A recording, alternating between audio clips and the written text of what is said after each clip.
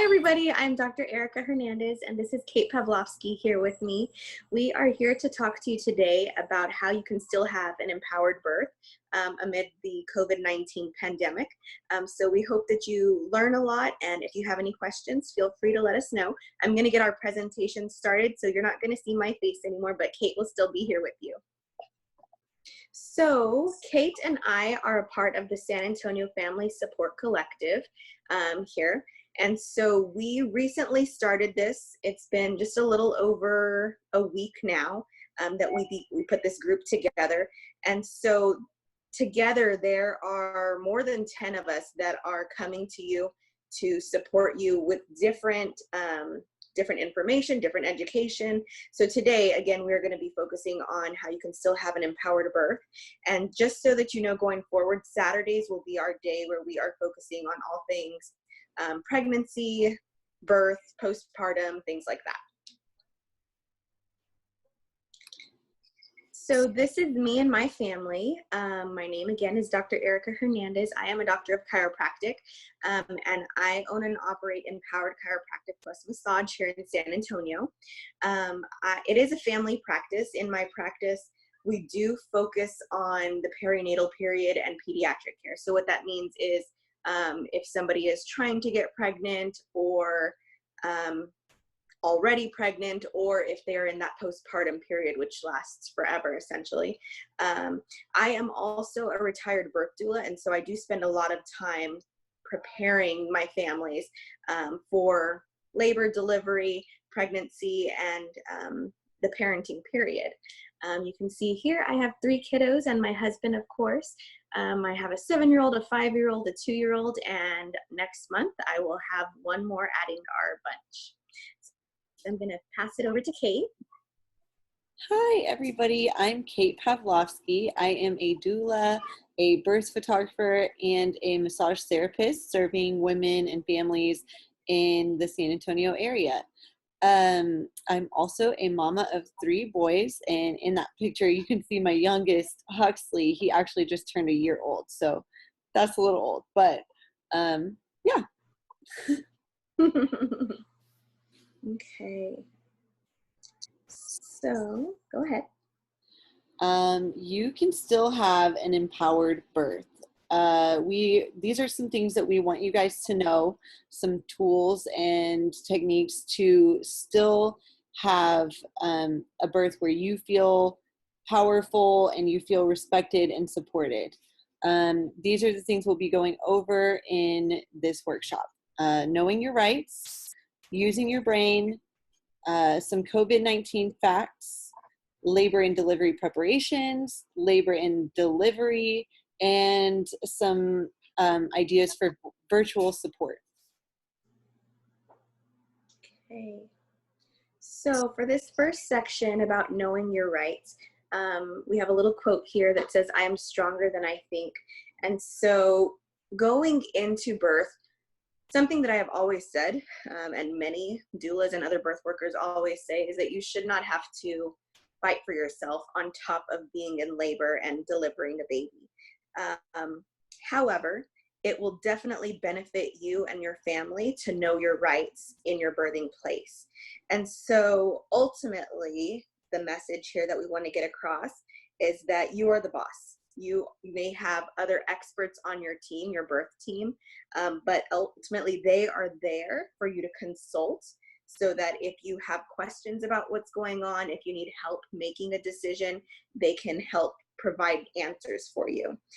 So they are not allowed to do anything without your consent. So episiotomies was something that now is becoming more understood, that they need to ask for those things. But there was a time, and unfortunately it still does happen on occasion, that a doctor may perform an episiotomy. That should be a question that they are asking you, or at least, acknowledging that they are considering doing this intervention to help with your delivery. Also, something else that many people don't know, that is, if you are delivering in, say, a hospital, that you have the right to leave. And so that is really important in this time period, because with everything going on, you may not want to spend as much time in the hospital as you normally would. You may want to leave right away. And so it's really helpful to know that insurance, one, is still going to cover all of your care if you choose to check out prior to what they are suggesting. Okay, let's see. So, use your brain. BRAIN is an acronym for benefits, risks, alternatives, intuition, and nothing. This is what you should be asking yourself every time an intervention is suggested, every time a new step or procedure is suggested during your birth. So ask, what are the benefits? What are the risks? What are the alternatives? What does your intuition tell you to do? Like, what is your gut telling you based on all of the knowledge that you have prior to this moment? And then also ask, what happens if we do nothing? Not forever, maybe, but for the next hour, for the next 2 hours. You know, how long do I have to make this decision? This is a good way to kind of take the time to make informed decisions where you are part of the process and you are still, you know, staying in your power and having a say over your experience. And the quote here says, the power of a birth plan isn't the actual plan, it's the process of becoming educated about all of your options. And that is also a very important part of this, using your brain, is preparing beforehand and knowing your options beforehand, knowing some of the things that might be coming into play, some of the terminology that might be tossed around. And then when the time comes, really give yourselves the time to go through this acronym so that you aren't pressured into something that you didn't want or don't understand. And then we're going to go straight into some COVID-19 facts because I believe that it helps just to know the facts to kind of get rid of some of the anxiety that we might have about these things. So there is no evidence so far that suggests that pregnant people are at greater risk of infection or severe illness from COVID-19. However, experts are still advising that pregnant people be extra cautious about limiting exposure. There is currently no evidence of vertical transmission from mom to fetus. This is if mom gets it. There's no evidence that baby will get it inside the womb. COVID-19 does not infect the amniotic fluid, cord blood, or breast milk. So this means there's no rationale for immediate cord clamping. You can absolutely still opt for delayed cord clamping, even if you test positive for COVID-19. Breastfeeding is also still recommended, even if you test positive for COVID-19. The WHO said, breastfeeding protects against morbidity and death in the postnatal period and throughout early infancy and childhood. The protection is particularly strong against infectious diseases that are prevented through direct transfer of antibodies and long-lasting transfer of immunological competence and memory. The WHO recommends that mothers and infants should be enabled to remain together and practice skin-to-skin contact, kangaroo care, and breastfeeding, especially immediately after birth during the establishment of breastfeeding. They advise using a medical mask, practicing hand hygiene, and disinfecting surfaces regularly if the mother is likely infected or has tested positive with COVID-19. Being infected with COVID-19 should not mean an automatic induction or cesarean. The mode of birth should still be based on health indications and birthing person's preferences. They were, when COVID-19 first broke out and pregnant people were getting it, they had started to kind of induce or do cesareans just out of fear of what effects it might have on the unborn baby. But they have found that there's no evidence for that. And so you should have, the time you need to go into labor on your own, or, make a plan with your doctor for what is right for you and your health circumstances. So all of these facts are for people who have a positive test or are suspected of having COVID-19 while pregnant. Really, for anybody else, this does not change your rights in birth whatsoever, besides maybe limiting the support people, but they're no longer limiting partner support. So all the hospitals as of right now are allowing partners into the birthing room with you.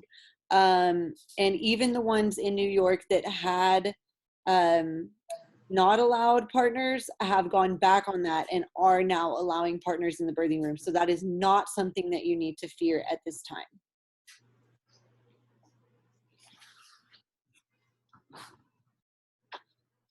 Okay, so I am going to take over for the labor and delivery preparations. So in this section, basically we're just talking to you about making sure that you are preparing for labor and delivery. So on here you just see a quote that says, "Childbirth is an experience in a woman's life that holds the power to transform her forever. Passing through these powerful gates in her own way, remembering all of the generations of women who walk with her, she is never alone." So there has definitely been some concern amidst the COVID-19 pandemic that women would have to birth alone, or maybe with only one partner when they were expecting to have multiple. And so here we're just going to kind of jump in on that and help hopefully ease some of your fears surrounding that. So some things that you can do no matter where you are going to birth, whether it be at home, birth center, or in a hospital, is to be prepared with a list of comfort measures. So some coping mechanisms that you can use for labor, there's so many of them really. Next weekend, on the 11th, Saturday, we, Megan from Rooted Birth Doulas and myself are going to do another course where we teach you some of these hands-on methods and techniques to utilize while you are in labor. So stay tuned for that. Now, some other things that you can do on your own. There is a wonderful book called The Birth Partner. And so in that book, it is going to give you so much information. So it would be helpful to familiarize yourself with it ahead of time. Don't try to figure it all out once you're already in labor. But if you and your partner or whoever is going to be with you in labor could take a moment and sit down and just kind of look through it, it's going to give you some of those coping techniques that Megan and I will teach, but it's also going to give you things on positioning, on why your labor may be slow to start, why it may be going quickly, some of the medications that maybe a provider is suggesting that you try. It just has so much information that is really helpful. And so if you can get that book, that would be a wonderful asset to have. The next thing is that something that a lot of birthing people like to do is have birth affirmations. So just things that remind you that you are powerful, that you are strong, that your body was made to do this. And, you know, whatever else it is that just sparks joy and safety and feelings of comfort and empowerment in you, to have those things like little signs all around the room. It could be birth art. That's something that I've done at previous births for myself. But something wonderful is that Kate is currently offering some of her birth affirmation mandalas and coloring pages. I think she has them free on her website right now, which is if you actually go to the link in my profile on Instagram, so Instagram okay. at Kate Pavlovsky, then there is a link to the free booklet. Usually it's like $4.99 or something, because it's like 25 pages. It's a full coloring book, but I'm offering it for free right now. Awesome. So that is definitely something that you can utilize. And so since they're coloring pages, that is something else that is great to do in the early stages of labor, which we'll get into in the next section. Some other things that you could bring with you to your birthing space would be your favorite pillow from home, whatever is most comfortable to you. Candles, maybe. So if you are not in your own home, then battery operated candles would be ideal. If you have a playlist of music that you would like to play while you're in labor. Essential oils can be really helpful depending on any emotional state that you're in. And also a rebozo, which is a long piece of woven fabric that it can be utilized while you're in labor. And Megan and I will discuss that with you next weekend. The other thing that you have the option to do that you might not be aware of is that you can wear your own clothes in the hospital. So there are companies that sell cute, comfortable gowns that still have all of the access necessary so that if you did need to get an IV or you needed to get an epidural or whatever it may be, access to breastfeed, it has all of those options available, but you don't necessarily have to wear the gown that they provide you in the hospital. The other option is to go without. I have been completely nude at some of my births. And so that is an option if that is just more comfortable. And I know some of you may think like, that's crazy. I don't want to be naked in front of everybody. But when you are in the midst of labor, when you are in there doing it, kind of, you go into this primal version of yourself and all of that, what's the word? I always want to be wearing like a cute bralette or something, and I always end up ripping it off like, this thing's annoying me. Yeah. Yeah, you just kind of go with whatever when you're in labor. So anyway, just so that you have that information. Let's see. Okay, so now I'm going to go into our next section of the actual labor and delivery. So the day that it happens or night, whatever time it may be.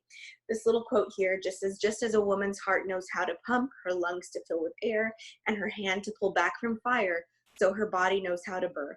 And so I will tell you, I'm a VBAC mama myself, meaning with my first birth, I unfortunately, for myself, because it wasn't in my plan, ended up with a cesarean birth. And so that was a little devastating to me. But then I worked through it to get my emotions when it came time for my second birth and my third birth. And so I have had 2 vaginal births after my first cesarean birth. And so just because something has happened in the past, maybe things didn't go as planned, does not mean that it's going to happen to you every time. Your body knows how to do this. It was created to be able to do this. And so with that, I'm going to just help prepare you, give you the education behind this so that you know what to expect going forward. So here we go. Number 1 is that it is ideal, if you're not already going to be planning to deliver at home, that you labor at home as long as possible. And so especially in this situation where we are trying to avoid getting exposed to COVID-19, it's going to benefit you to labor at home as long as possible. And I'll tell you in a moment when the best time to go to the hospital or birth center is. And then it's important that you understand the stages of labor so that you know when it's time to go. So that's what I'm going to go into next. So the first stage of labor is actually early labor, but before that, sometimes an expecting person will go through something that's called prodromal labor. And so what prodromal labor is, it's when you're having irregular contractions, so meaning there's no definitive pattern. And so at one point, the contractions could be, 7 minutes apart, they could be 10 to 15 minutes apart, maybe more than that. And so there's no pattern. It's just kind of haphazard all over the place. Some are more intense than others. And so this is kind of your body getting ready. And so the thing that is important to know about this, that even if you are experiencing this prodromal labor, it doesn't mean that nothing is happening. There absolutely can be changes. And so it may mean that your cervix is beginning to thin. It's going to go from a couple of inches thick until it's paper thin. And so that's where a provider may tell you, you're 50% effaced or whatever number that is for you. But that's talking about the thickness of your cervix. The next part is that you are going to begin to dilate. And so that means that your cervix is going to open up from 0 centimeters to 10 centimeters. And so that is quite a difference that needs to happen over this time. So that prodromal labor isn't for nothing. It definitely is doing a job. It just can get frustrating at times for families if they think, oh, this is it, and then things kind of slow down and stall out. Don't lose heart. You are still working to bring your baby closer to you. During that time, they'll be really random, and they won't have a real pattern, and they won't be getting longer, stronger, closer together. But it is okay. Everything's normal. We just want to assure you that if that's happening to you, it's happened to lots of other women. It's completely normal. Don't doubt yourself. Don't doubt your body. Real labor is coming. And it's not fake labor. It's still labor, but like the real heavy labor is coming. Yes. Something else that I want to mention in this section, since I am a chiropractor and I mostly care for expecting families, there will be times where, you know, somebody will contact me and say, okay, I've been going through this prodromal labor now for, you know, X many of nights, and I'm just frustrated and I can't take it anymore. And so in that case, sometimes it is a possibility that their body is stalling for a reason. So maybe their body is really trying to get things going, but then something positioning maybe is just not quite right. And so they stall out. And so there have been numerous times that somebody will come in, get adjusted after having several nights of this prodromal labor. We'll adjust them, and then they'll contact me the next day and say, you know, I had my baby. And so that is definitely a possibility that there is just something misaligned in the pelvis that is distorting the positioning of your uterus and making baby kind of be in a funny position, not able to completely engage the cervix. And so then your body kind of like stops and takes a pause. So that's just extra information for you. Another extra information, if you're stuck in prodromal labor and you really want to move on and get into early labor and active labor, you can also look up something called the Miles circuit. Yeah. And do that. That also can sometimes help. That along with chiropractic, oh my gosh, like that can really help kind of kickstart you and get you out of that prodromal labor period. Right. Yeah. And so if a mama or a pregnant person does come in, and I always check to feel baby's position. So if we already know that their baby is not in the most ideal position, then I will give them that homework to go home and do. Or maybe we'll do some inversions or belly sifting at the end of their adjustment, just so that we can utilize that time that your body is in a good position and get baby or encourage baby to shift their position. Okay. So early labor, with early labor, your contractions can be anywhere from 15 seconds to a minute long. And so this is going to be over time, but you're going to have about 5 to 30 minutes in between each of your contractions. So this is where you might begin to notice a little bit of a pattern, but this is still the early phase. The key is that they begin to grow longer, stronger, or closer together in interval. So eventually they will progress until you're unable to talk, laugh, conversate through a contraction.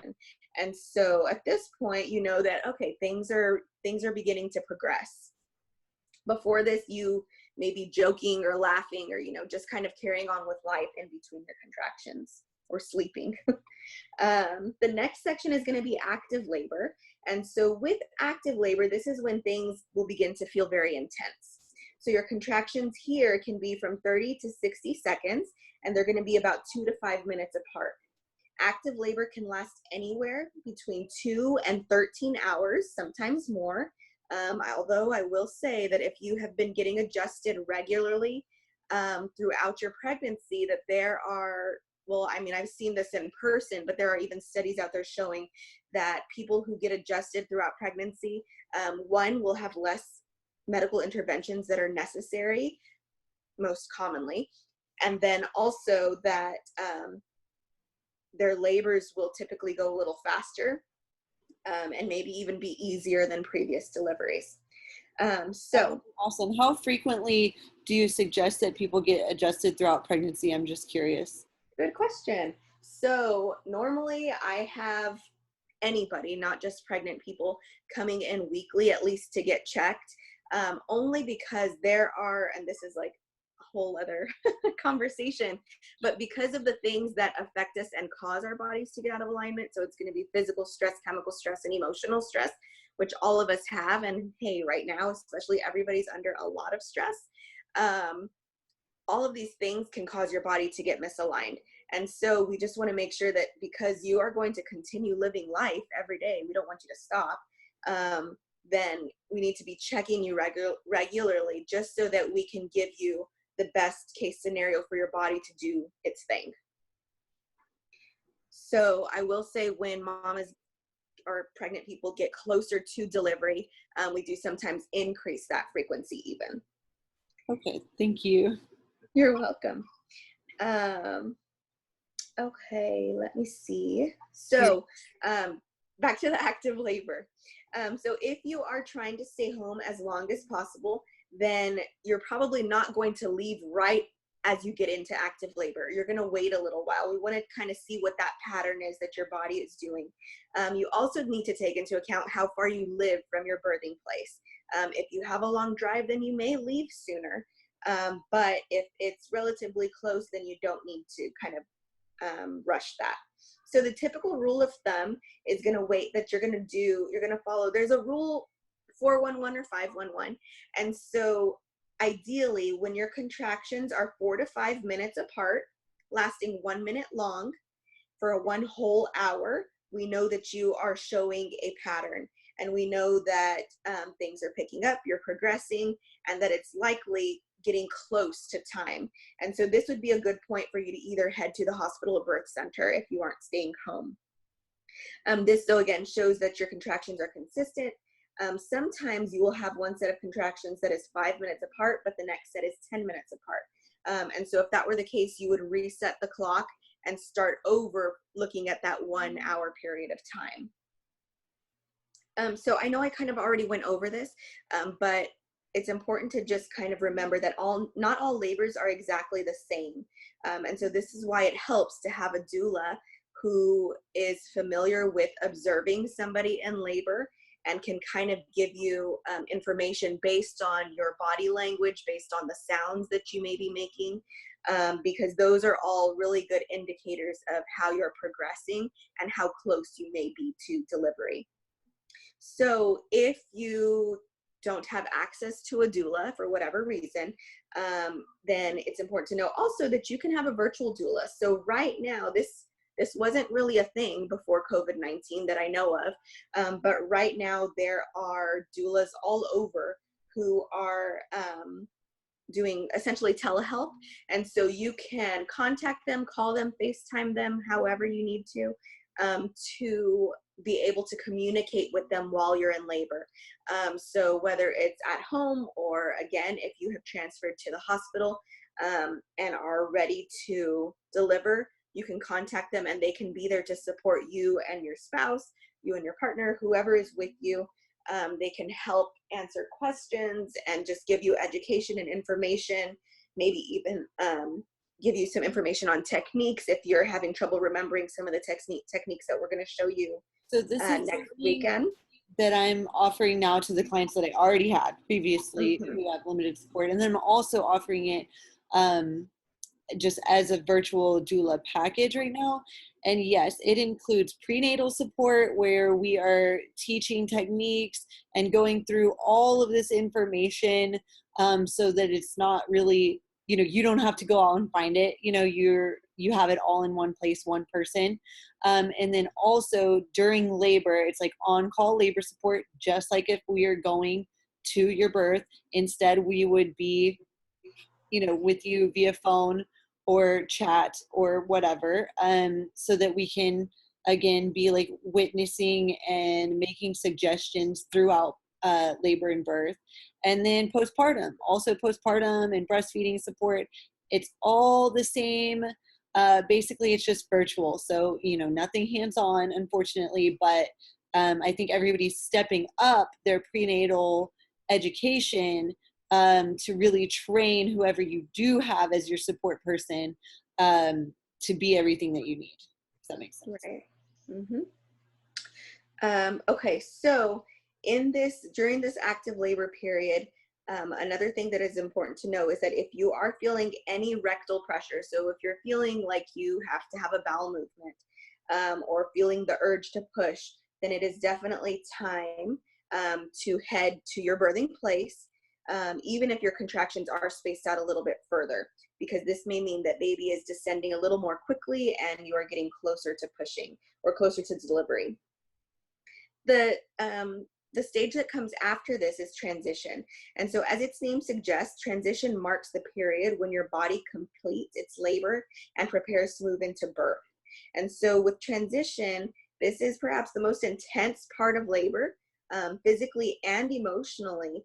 A lot of times this is where a birthing person is going to say, I'm done, I can't do this anymore, I don't want to do this anymore, I'll have the baby tomorrow, etc. And so you'll know that with any of that language that, okay, it is, mama's also almost at that, 10 centimeters, whatever it may be, and that it's about time to push and meet baby soon. So let me see. During that transition, however, something kind of amazing that happens is that your body is producing endorphins. Endorphins are like feel-good hormones. So they do help to combat the pain. And so endorphins are your body's natural opiate, essentially, again, like a painkiller. And so with that, they are going to make you a little drowsy and sleepy. And so there are times if somebody has been in that in labor for, hours or even days, they may fall asleep in between contractions. And that's okay because they're getting a little bit of energy reserved there. But when it's time to push, you will get a burst of adrenaline that's going to help carry you through the end there. When you feel like you can't do it any longer, again, that's just when your body is essentially telling you that baby is about to arrive. So be hopeful. If you have a support person there with you, they can again remind you of this so that hopefully you are able to just kind of see the light at the end of the tunnel. Transition is going to last from about 10 minutes to possibly an hour, just depends on the person. And it's going to encompass as few as like 3 contractions up to 25 or more contractions, again, just depending on the person. This next phase is the pushing phase. And so for this phase, I think it's one of the better because you get to do something through all of this. You get to actively participate. And so sometimes after your cervix is completely dilated, there will be a pause before you have the urge to push. That's okay. Take advantage of that. Take time to rest because you've been working so hard throughout all of this. For other people, this urge to push will take over right away after transition. Pushing contractions are usually 5 to 10 minutes apart. So again, you're going to get a nice little break in between those contractions. You may think, oh no, like what's happening? Why are things spreading out again? But your body is working really hard during this phase again. And so it is just working to build up that energy that it needs for your uterus to contract and allow baby to descend. Excuse me. You may be able to feel your baby's head moving down through the birth canal at this point. And so sometimes a provider may tell you to reach down and feel. And even though some people may think that's gross, it is your body and it is your baby. But it can be really helpful if you are feeling defeated at all to feel your baby's head moving down the birth canal, because then you really know that this really is happening. All of your efforts have been for a good reason. So really just tune into your body, follow your urges, and remember to breathe. If you have received an epidural, then you may not feel as much of this. You may feel more pressure than anything. But again, reaching down just and feeling with your hand can be helpful so that you have that connection there. after the pushing phase, or after the pushing phase has began rather, you are going to get to a point where your baby is crowning. What that means is that your baby's head will be flush essentially with your the opening of your vagina, so of the vulva. You will be able to feel your baby's head, the skin will be stretched out. So something helpful here is to have your provider provide warm wet compresses over your perineum. A lot of times there's going to be a little bit of coaching happening here with your pushing, because it's going to be advised that you possibly slow down your pushing, don't push with all of your might, and then maybe even in between contractions push very slightly just to hold your baby in that position. But this is where we want that tissue to stretch a little bit more slowly so that we can hopefully prevent any tearing. That's where those warm wet compresses come in handy. And then once you have birthed your baby's head, you're going to continue to birth through the rest of that and get the rest of your baby out. And so typically here, baby is going to be placed up onto your abdomen or chest, depending on how long your cord is. And baby will just kind of get to lay there, and you will get to, you know, enjoy this moment. You will continue to have contractions after this. And so the reason for that is because you still need to deliver. Much more. Yes. Very true. Very true. Well, also depending on whether or not your baby has latched onto your breast, if you choose to breastfeed. But with this is all in an effort to deliver the placenta. So before that, something else that we mentioned in one of the earlier sections was delayed cord clamping. And so I just want to give y'all just a tiny bit of information about that. So delayed cord clamping is when you don't clamp the cord immediately after delivery, after birth, you wait.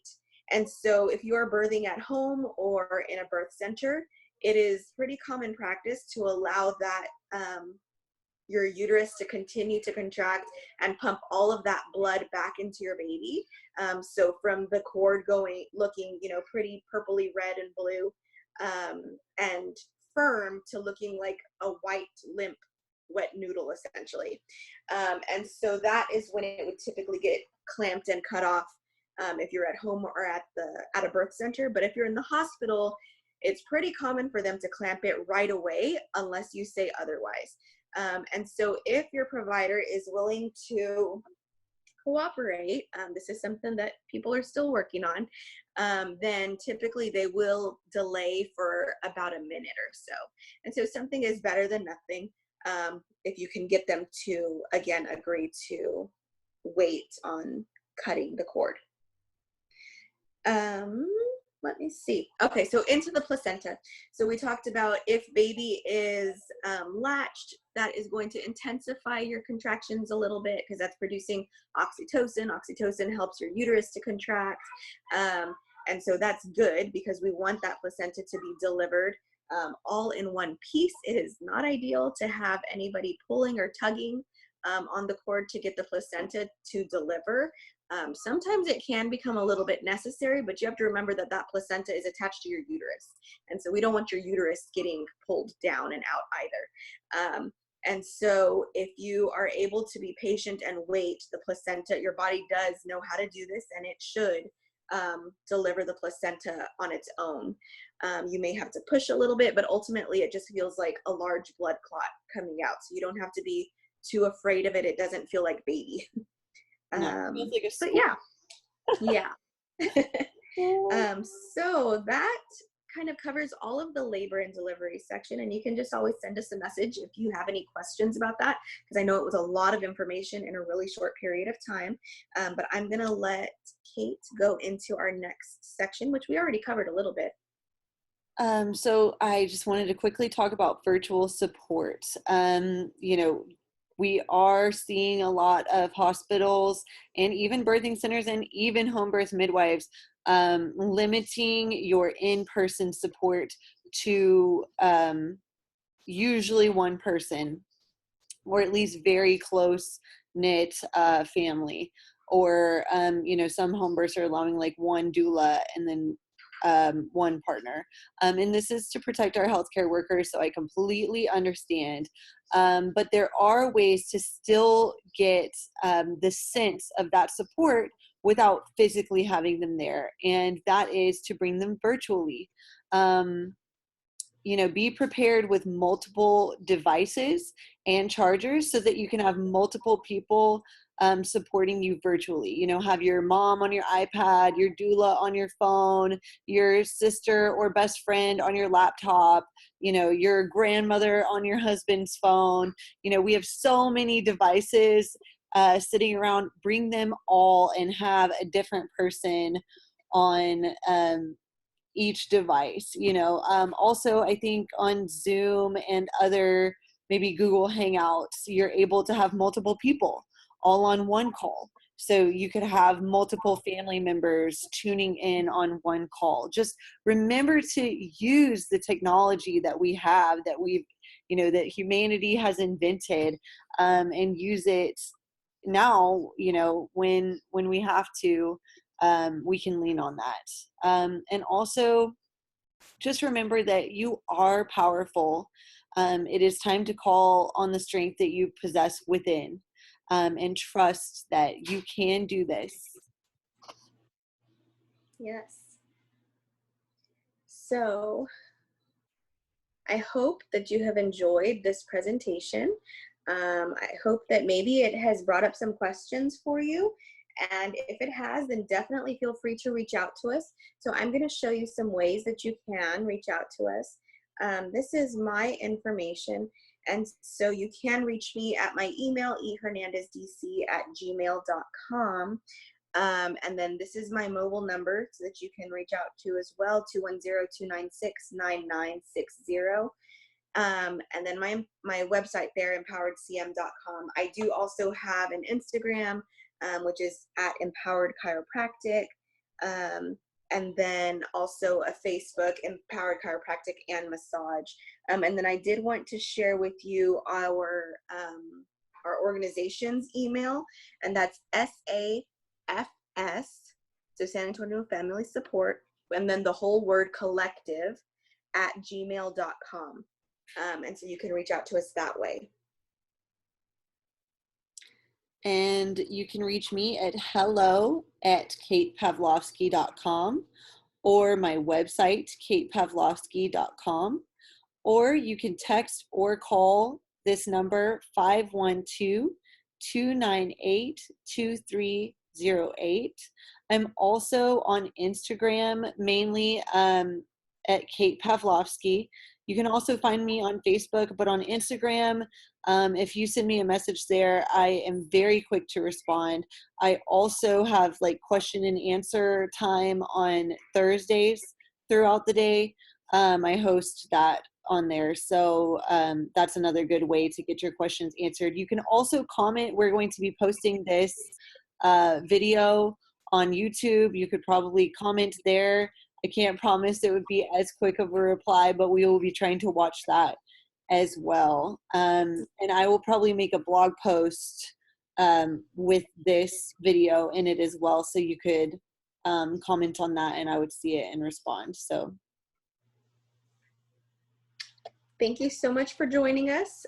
We hope that we answered questions, and we hope that you're feeling better about going into your upcoming delivery, and we wish you the best. yes, good luck everybody.